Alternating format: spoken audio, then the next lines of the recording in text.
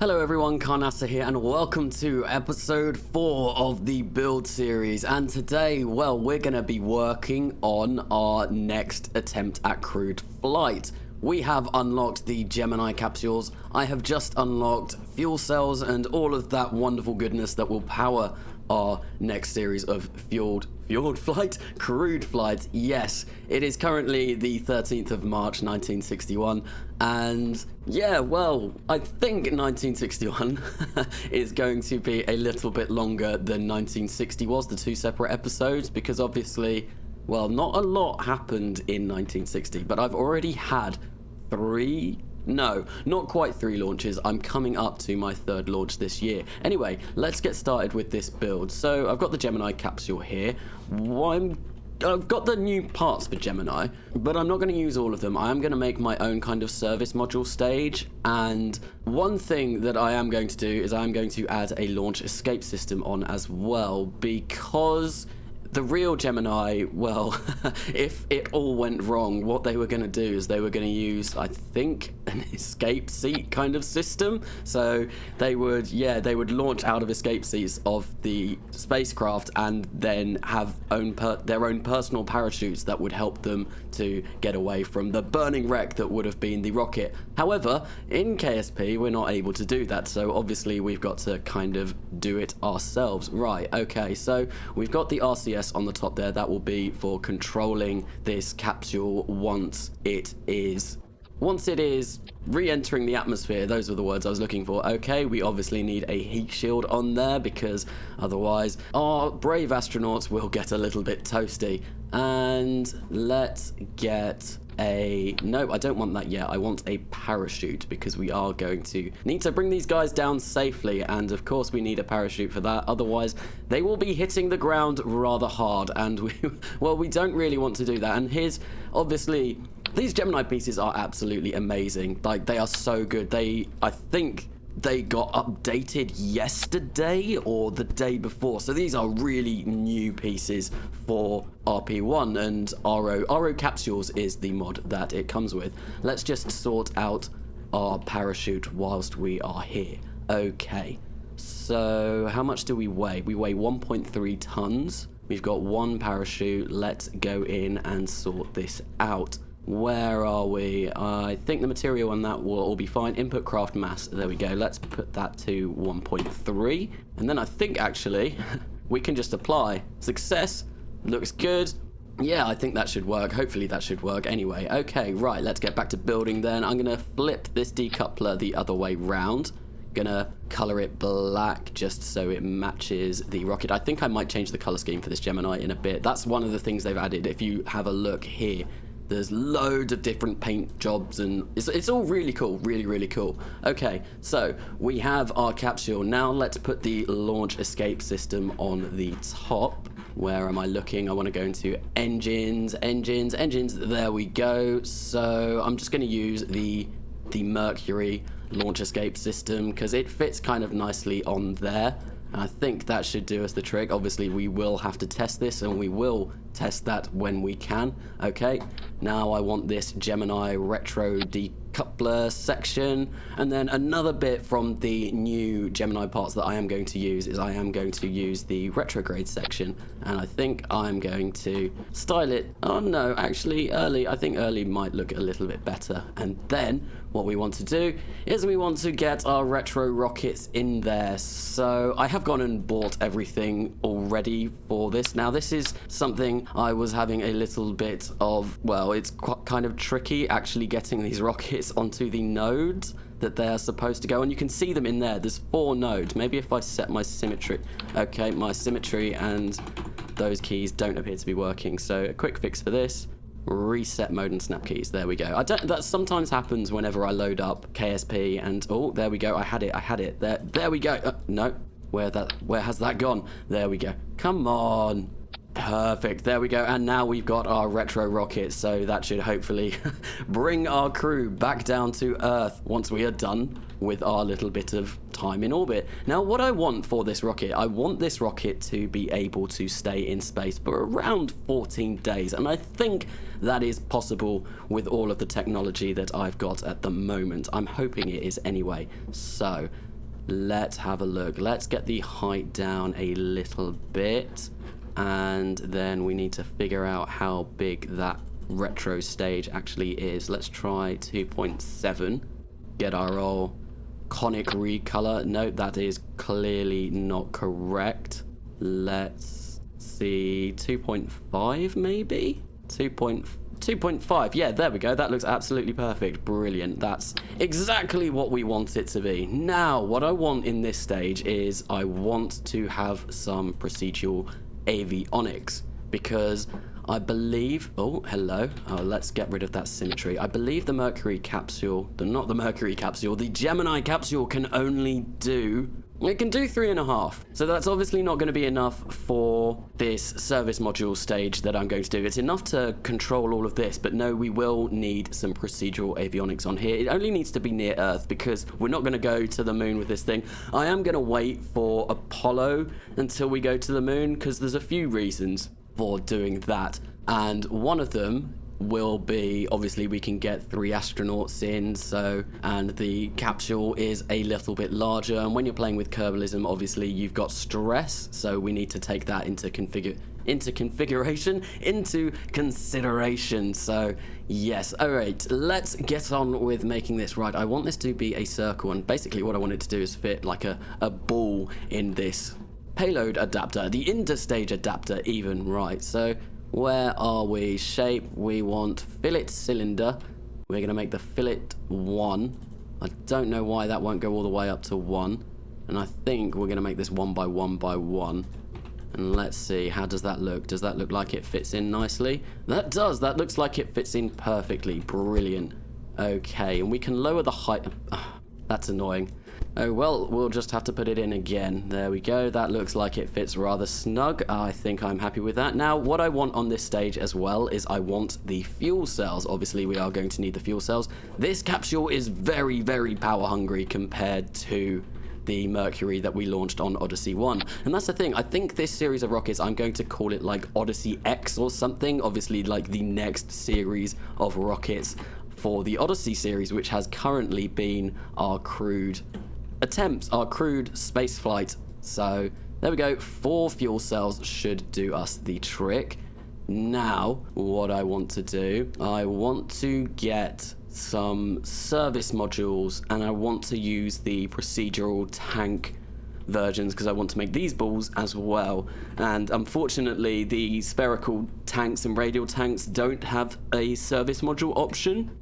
At least not that I know of. Not that I can see anyway. Not that I've unlocked. Okay, let's put this to 45 degrees. And these sections are going to contain our extra oxygen and water, because obviously we've got all the food in here. And kind of from a realism perspective, we want all the food in here so our astronauts can actually reach the food. Whereas I guess we could kind of like pipe up the oxygen and water through some kind of hidden pipes into the actual capsule. So I don't mind having water and all of that in somewhere that's inaccessible. And obviously this is going to be inaccessible. Like, they're not going to be able, our astronauts will not be able to climb through this little shell. So once again, we're going to make this a fillet cylinder, and I think we'll make the diameter of it 6. I think that should do the trick. I'm going to quickly color these in. I think a blue will be really, really nice for what we want to do with these. Then let's go into the tank UI. And let's add ourselves some water. I don't think we'll need that much water. Water, let's get 20, and we'll have a look and see how much that actually provides us. So food, water, 11 days. But we will be producing water with these fuel cells, so hopefully that should go up to around 14 days. We shouldn't need any more than that. Oh, you know what we could do? We could set it up to Service Module 3. That might be a smart idea. We have just unlocked the 3rd iteration of Service Modules, so obviously we want to use them if we can. Okay. So, we've got the water in. Now we want some more oxygen, and I think maybe we'll go for 3,000 units of oxygen. Let's have a look and see what that puts us up to. 11 days as well. How many crew do we have on here? We've got 2 crew. So yes, I have hired 2 new astronauts. mainly for the purpose of actually being able to test this out, because obviously our other 3 are currently in training for the Gemini capsule at the moment. So yeah, we've got 2 others on the way who should hopefully be, well, I've not started training them, but as soon as I have done my crash tests with all of this, I will start training them up. Okay, we don't need MLI layers in here because it's just going to be food, oxygen. Not food, oxygen, water, and you know what else I want to put in here? I want to put some nitrogen in this tank. So we need nitrogen for our astronauts to go on EVAs, extravehicular activities. So we do want to put a little bit of nitrogen in these as well. Okay, right. I do think I am going to get a little bit more. Why has water just gone down to... Oh, Wait, what? Did I remove it? I can't remember removing it. Oh, maybe. Yes, what I did was I changed it from service module 1 to 3, which obviously removes all tanks. Right, water, 13 days. Brilliant. Let's get that oxygen up a little bit. Maybe we'll go for 3,800. Let's see what that puts us on. Oxygen, 13 days and 20 hours. Okay, right. Let's do oxygen at 4,000 then. A nice even number. And then hopefully that should be a little bit more than 14 days. 14 days and 12 hours. Usually when I do crude stuff as well, I like to have a little bit more oxygen than anything else, because obviously if you run out of oxygen, you are going to die very quickly. Water, you can last a little bit longer, and food, you can last a hell of a lot longer, but our astronauts will be rather unhappy if we do that. Cool. So I think that's all I want for that stage. Now, for the next stage, what I want to do is I actually want to get a structure, procedural structure, and there is a reason for this, because I want to make the tanks for the fuel cells that are going to contain our liquid hydrogen and our liquid oxygen, and I want to kind of tuck them away in this tank. I like to think this tank is basically just an empty shell, so we're going to fit our own tanks inside there, and I think we'll go length of 3. This is going to be a rather large spacecraft. I hope we have a rocket capable of launching this thing on. I'm sure if Heracles, the 60 series of Heracles can't do it, I'm fairly certain that we can use our Icarus, our new spacecraft that we designed in the last build episode. Okay, so I'm going to have 2 of these. Then we're going to keep them at that. We'll get the utilization all the way up, and we'll give them 10 MLI layers. And I think that should do the trick, because they're not going to be exposed to the sun awfully lot, and they will be tucked inside this tank. So let's make them a radial capsule. I don't think we want them that big, though. I think 7 will do, and I think, if my calculations are correct, around 350 liquid hydrogen and around 200 liquid oxygen to last those fuel cells for as long as we need them to last. Okay, I don't know why this does this with integral tanks, but the UI really kind of messes up. Maybe we need them slightly bigger, because if you saw that, yeah, 637. Okay, so I think I want 300 liquid hydrogen, and I want... This is really annoying having to do this every time. Okay, and there we go. See, look, it just disappears every time, so it's a little bit annoying. I think I want 200 liquid oxygen. Okay, let's update that. Then we can see, well, it's perpetual at the moment, but as soon as we start turning on all of these, let's have a look. And these are a little bit buggy. You have to click dump water a lot of the time to make them actually act as if they're working. Right, fuel cell running, dump water. Did that count? We've got 16 days worth of liquid oxygen at the moment, and with the final one, yeah, so 16 days worth of liquid oxygen, which is fine, and we have only 12 days of liquid hydrogen. Okay, so I am going to have to give us a little bit more liquid hydrogen, so I think what we'll do is we'll go for 350, and let's have a look. And that's 14 days exactly. That is perfect. Now I'm going to offset these tanks up into the structure that we have made, and there we go. I think we'll have them sit there, maybe not quite there, maybe actually within the structure that we have built. Cool. Right, I also want to move these in a little bit, so we'll do that, and then we'll get that down a little bit. There we go. That looks, I think that's about where I want them to be. I can still select them. That's really nice. Now, what we want to do is we want to have a tank for our fuel, which is going to do all of our orbital maneuvering. So what I want, and we also need tanks for our thrusters, and I am going to be using Hydrazine Thrusters on these once again. So spherical tank, separate structure, I think that will do us nicely. Our diameter is going to be 2.5. Will that fit perfectly in here? Why has that selected that? There we go. We are getting a little bit on the outside. So what I'm going to do is I'm going to set this tank to be to 2.4, just so we can kind of fit it in without seeing the rest of the tank. There we go. That looks wonderful. Brilliant. That's exactly what we want. Okay, so as well as that, I did say we're going to get some radial tanks, not integral, radial tanks, separate structure, and these are going to be for our hydrazine that we're going to need on here. Let's get that utilization up. Let's get the diameter down to, I think, 0.6 should do us. Let's open up the tank and we will add the hydrazine. Where are you? Where are you? There are so many fuels. Where is hydrazine? I think it's down here somewhere. There we go, hydrazine. 104, I think that's probably way more than enough. So I'm gonna make, how much is in there? 60. So 120 for the entire thing. I think that should be fine, hopefully. Right, so let's see where they are in comparison. That is a little bit close to our liquid hydrogen, I think. So what I want to do is I'm going to bring these down a little bit, and then hopefully that doesn't intersect with our, well, it kind of does a little bit. We can bring it up a little bit. There we go. Let's do that. Oh, this is so fiddly, trying to sort all of these things out in the inside of this tank. Okay, let's get them up a little bit more. It doesn't matter if they clip into each other, but from kind of, once again, like a realism perspective, I don't really want my tanks all clipping together. There we go. They all look like they are separate now, so that is, well, exactly where we want them. Cool. So we're going to get an AJ10 mid on this thing because it has unlimited ignitions, which is nice. Gonna offset that slightly into there. There we go. That looks perfect. Gonna obviously change that to high pressure. I think this tank is going to be too large. I think we are gonna have to bring the utilization way down. But there we go. Fill it up with fuel. That gives us 2,420 meters per second of delta V, but we've got 666 seconds on there. Sign of the beast and all of that. And it only has, well, it's only rated up to 300 seconds. So yes, we are going to have to remove some of this utilization. Let's get it down to pretty much bang on 300. Let's go 41, 297, what's 42, 304. There we go. That will do us. Okay. That's looking rather nice.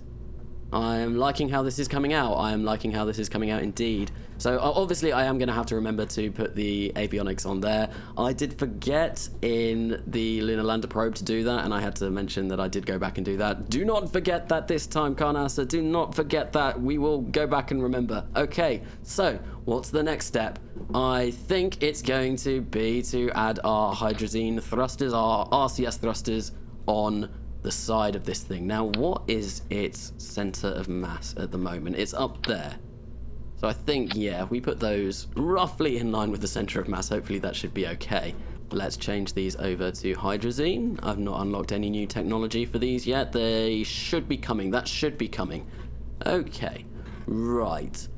That, I don't think I have forgotten anything major for a kind of orbital spacecraft that can do maneuvering with crew. Let's have a look. We've got liquid hydrogen, liquid oxygen, we've got food, we've got water. See, the water has changed to perpetual because those fuel cells will be producing water. And oxygen, we've got nitrogen, we've got electric charge, and we are going to be producing electric charge. So I think actually that is pretty much it as far as I'm aware.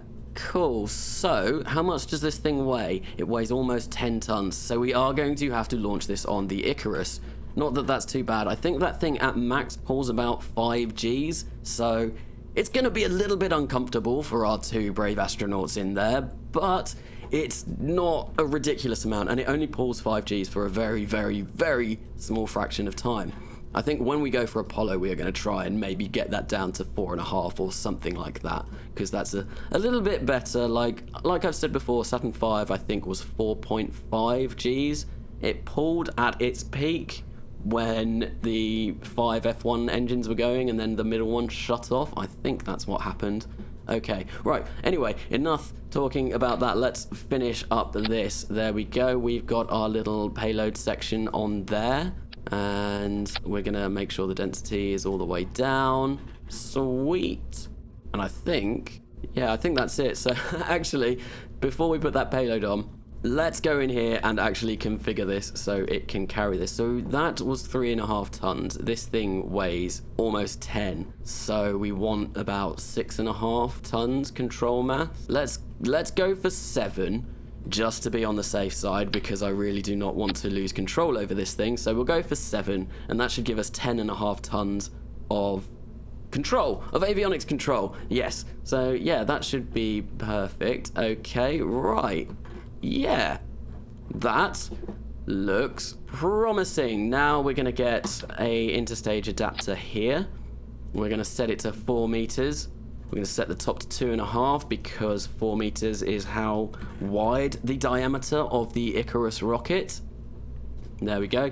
That looks like it's going to do us nicely. We'll take this up a little bit and then we will go search our sub-assemblies for the Icarus rocket. Where are we? Here we are. Icarus, where are you? Icarus 1, launch vehicle, 12 tons. LEO LV. So it might pull a little bit more than 5G just because, well, this is rated, it pulls 5G at 12 tons and this obviously weighs 2 tons less. So we'll obviously go in and test it once we have finished constructing it, and we will see kind of how bad it is, but hopefully it shouldn't be too bad. And I don't think I will need to, oh, there we go. I didn't realize I still had that up. Cool.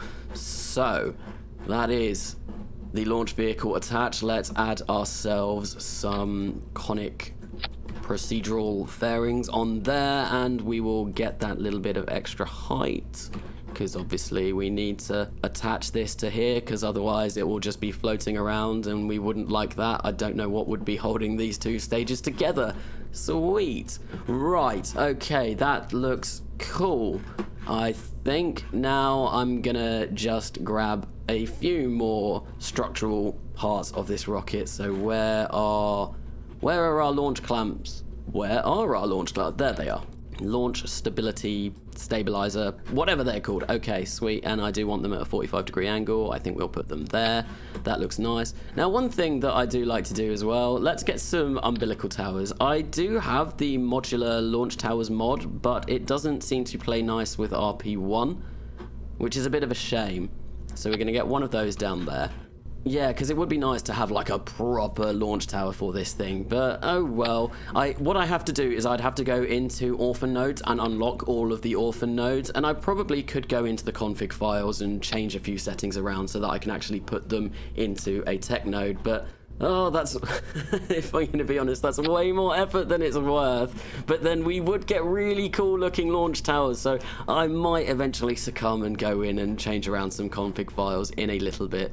But there we go, and we'll obviously need a way for our brave astronauts to get to the actual Gemini capsule. Sweet. So, with all of that done, I think that is actually that all done, and all that remains really is, well, to test it, and, of course, to do the paint job. So I'll be back with you in a second after I have finished painting this rocket.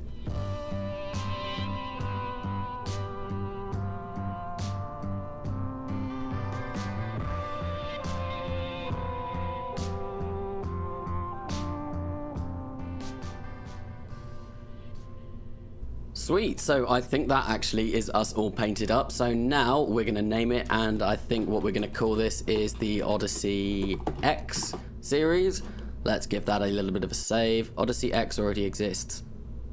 Really? Okay. I can't remember making that, so we're not going to call it the Odyssey X. Oh, what can we call it? Well, it's being launched on an Icarus, so actually we're going to call it Daedalus. That's probably really embarrassing. I've not looked this up, so I don't know if that's the correct way to spell it.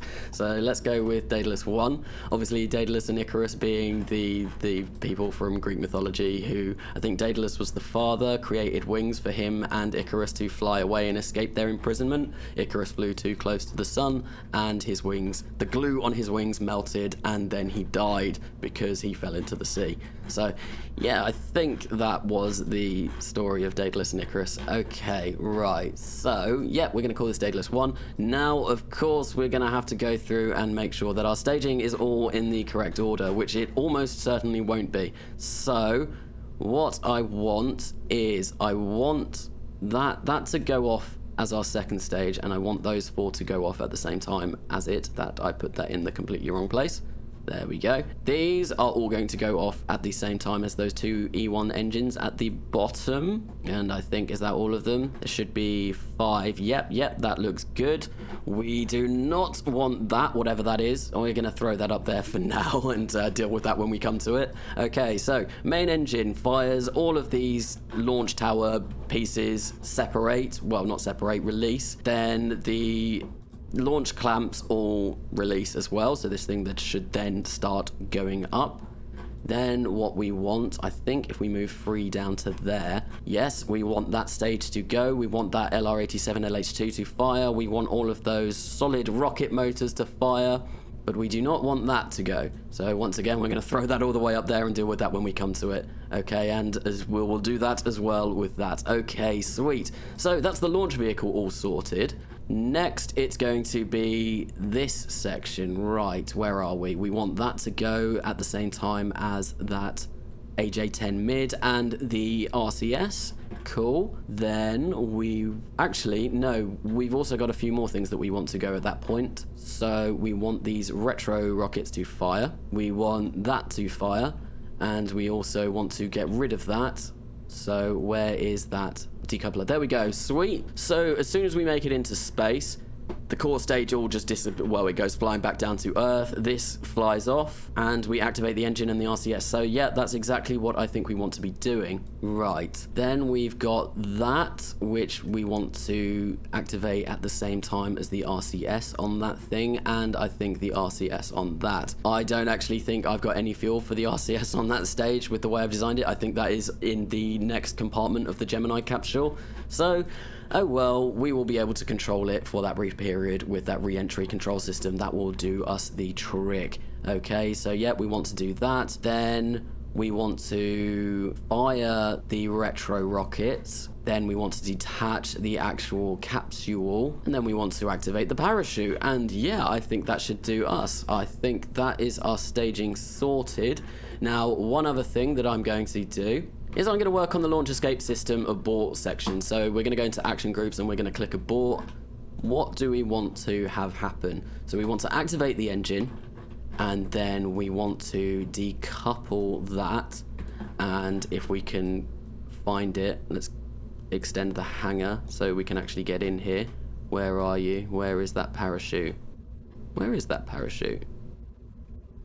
Okay. Right.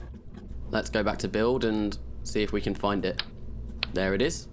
Actions, abort, and we're just going to arm it, because then we'll need to decouple this stage. Let's go back into actions. So we activate that, we decouple the capsule, and yeah, the parachute will be armed, and hopefully that will be a successful abort in the case that one of these engines fails or something terrible happens. Cool, sweet. So yeah, so I've got my launch abort system all sorted, and then that can obviously go once we're done with it. So let's save this again, just in case. Check quickly that nothing has changed from taking off those parts.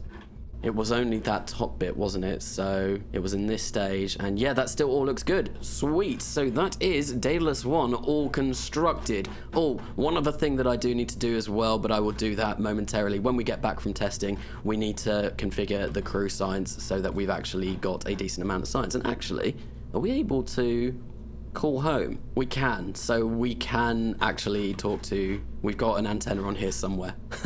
I forgot to put one on, but I think I think the procedural avionics has one built in, and does the command pod have one built in? Yes, it does. So we've actually got an antenna built into that. Sweet. So, save again, and let's go out and test this. So I will see you on the launch pad.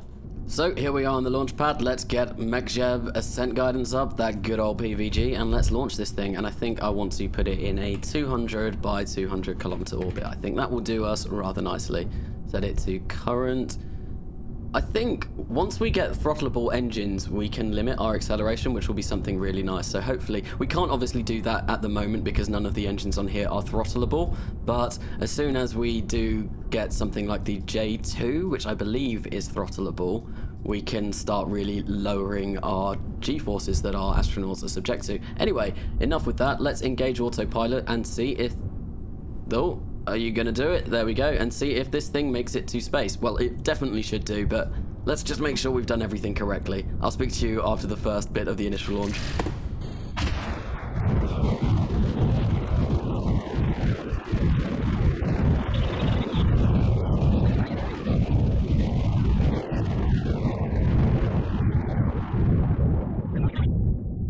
Well, now that those E1 engines have quietened down a bit, now that we are entering vacuum, I am going to be back, and God, they are very loud, aren't they? They are incredibly loud. There we go, we have main engine cut out, and we have our upper stage fire off. Let's actually quickly check F3. So we pulled 5.2 Gs, which is... It's quite a bit. It is quite a bit, but I think it's an early stage launch vehicle. It's not the earliest, it's not like a Mercury, but we're still quite early on in the tech tree, so I think 5.2 we can go with. It's not the end of the world. I don't think anyway. No, I think 5.2 is more than reasonable for where we are in our current career. So this stage takes a rather long time. I think the burn time on this thing, how much time have we got left? 148 seconds, 40, going down constantly. Yeah, I think that LR87 is rated to burn up to 300 seconds. Yeah, there we go. So this stage is going to last 300 seconds. Well, it'll last a little bit less than that because I don't think we're going to burn the entire stage. Let's have a look. Yeah, MechJeb. Oh, did I click something there? MechJeb reckons we are going to have about 670 meters per second of delta V left, which is, yeah, so the Icarus is more than capable of getting this up to space. But then I always knew that. Oh, our G-forces are creeping up again a little bit, but we are getting very close to the end of our ascent. But yeah, no, I always knew the Icarus was able to get us up to orbit because it's rated to get 12 tons up, and this thing obviously doesn't weigh 12 tons, it weighs just under 10. The one thing that I was concerned about was it actually pulling a little bit too much G. So there we go, we have achieved our orbit. And yeah, 5.2 Gs, so that first stage, the E1 stage, was what pulled the most G-forces there, so I think I'm going to be happy with that. Right, let's do this stage and just check and make sure everything works fine. That does look like it's working fine. Why are we on that? So let's kill rotation. The RSS thrusters work, which is always nice. Let's have a look. Let's go prograde. Why are we spinning around? Why are we spinning around? A little bit out of control. Maybe we need slightly bigger RSS thrusters on there. But I don't know why that just decided to spin like that. There wasn't really anything that caused it to spin. When we separated from our core stage, we didn't hit anything, I don't think. We might have done, but I don't think we did. Right, okay, well, we can get rid of this screen. Let's go on Daedalus 1 and we will have a look at the kind of information. So the electric charge is going to last us 14 hours. And that's just running on batteries. Let's go and turn on these fuel cells. We have to actually do this. We have to turn them off and turn them on to get them running. They are a little bit buggy, but you can get them to work. Sweet. That should have been all of them running. No, apparently none of them are running. Let's see if we can change to dump water. Because I think maybe it doesn't read that we've done that yet. Come on, let's see if this has done the trick. All of those are done. And there we go, electric charge perpetual. And our food, water and oxygen, we're going to last 14 days roughly, so 2 weeks, exactly what I wanted. Our liquid hydrogen is only going to last 10 days. Okay, thanks for that. You kind of told me that it would last longer than that in the vehicle assembly building. But, oh, I'm not sure if I want to change that. I'm not sure if I actually want to do anything with that, because I think 10 days will be enough. And if the worst comes to the worst, I think there is still a little bit of room left in those tanks. And actually, let's try turning off one of these fuel cells, so we're not running all of them at the same time. We still get perpetual, and there we, yeah, look, we get 14 days. Yeah, so that's fine. We don't need all 4 running. We only need 3. Sweet. So now that that's done, let's make sure that our orbital maneuvering system all works. So, why has that done that? It's just tipping. I didn't select anything. I don't know. This is something that I've experienced with KSP with Realism Overhaul before. For some reason, your rockets will just decide to go all over the place, and the only way to stop that is to go to the tracking station and then come back to the rocket, and it's really annoying. Really, really annoying. See, when I've got it at 4 times time warp, physical time warp, it just avoids that, but there we go. So our orbital maneuvering systems all work. That looks fine. Let's cut that engine out now. And then obviously the final part of this test is we're going to have to make sure that this is capable of re-entering. So let's turn ourselves, flip ourselves retrograde, and then we will fire up that engine once again. Actually, no, we don't even need to do that. But I think, because our Apple apps is now 631,000, I want to bring that down a little bit before I fire those solid rocket motors.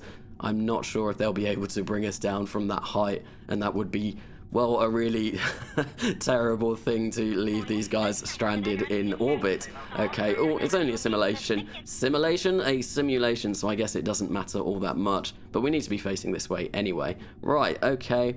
Let's kill our rotation. Let's fire up that engine and see it lit again successfully. What I want to do is I want to get this down to about 200,000. There we go, 136,000. Then we're going to detach this stage. Cool, that went off all right, and you can see we do have control only with that top section like I thought we were going to. And then we're going to fire the retro rockets and see that gets us down. Yep, that's looking like it has worked as well as we had hoped, I guess. And then, well, I guess we can just detach that, and we are ready to make our ascent back down to Earth. But I think I will test this off camera, because this will take a really long time to do. So I'll be back with you once we're back in the vehicle assembly building. Well, this thing did land successfully. However, there are a couple of edits I want to do from that last little section that I thought I should probably do. So we landed at night, and one thing I think, yeah, we should probably put some lights on this thing so we can actually see it on the dark side of Earth. And as well, if we come down in the night, which I don't think we will do, because I'll do the deorbit burn just as we're hitting sunrise, and then hopefully we should land in the light. But still, let's get some lights on. I'll put those there, although that kind of is in the is in the way of the hatch, I guess. Maybe, do we want them at the top? Yeah, let's go for the top. Yeah, I think that will do us. And another thing that I want to do as well is I want to actually sort out that parachute, because we came down quite hard. Not the softest that we could have done, so I am going to do a little bit of an edit on that parachute as well, so that we don't come down quite as hard. Real shoot to the rescue! Okay, let's set our mass to like 1.6. There we go. And then that way, we should come down a little bit slower. Actually, yeah, no. We will keep it at 1.6, and I think that should do us. Right, so yeah, that was Daedalus 1. Now all we need to do is we need to, of course, do the expensive part and tool it. Let's have a look. Press to preview Philly build time. So this is going to take 94 days. That's quite a long time. That's a lot longer than any other rocket that I've got at the moment. But then I guess this is rated to send 2 humans up to space and to perform EVAs, which is going to be really exciting. Oh, that's just reminded me. Let's quickly go in and configure the cruise science. There we go, there's the button.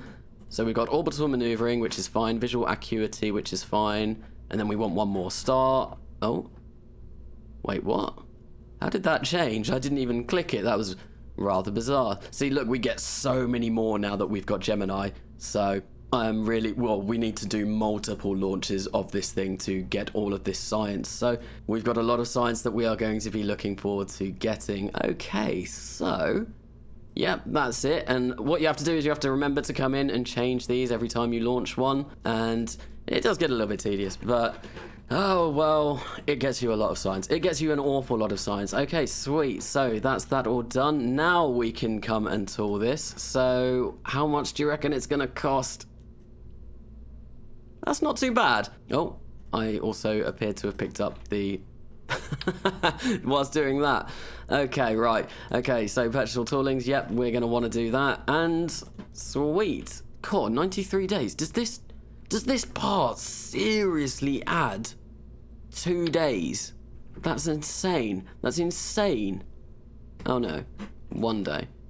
Okay, right. Well, we don't want our astronauts to be walking uphill to this thing. That would be a little bit silly. Let's try and get it even. There we go. I think that looks good. Is that saved to the same spot? Yes, it has saved to the same spot. Okay, cool, awesome. So yeah, that was the build of Daedalus 1. Be sure to look forward to seeing this in 1960 Part 1. I guess we might be able to launch this in time. If not 1960, 1961 Part 1. But if not, we will see this being launched in 1961 Part 2 for definite. But if you have enjoyed this episode, why not give it a like? If you've really enjoyed this episode and want to keep up with the content on my channel, please do go and subscribe as well. I have been Carnasa, and I will see you later.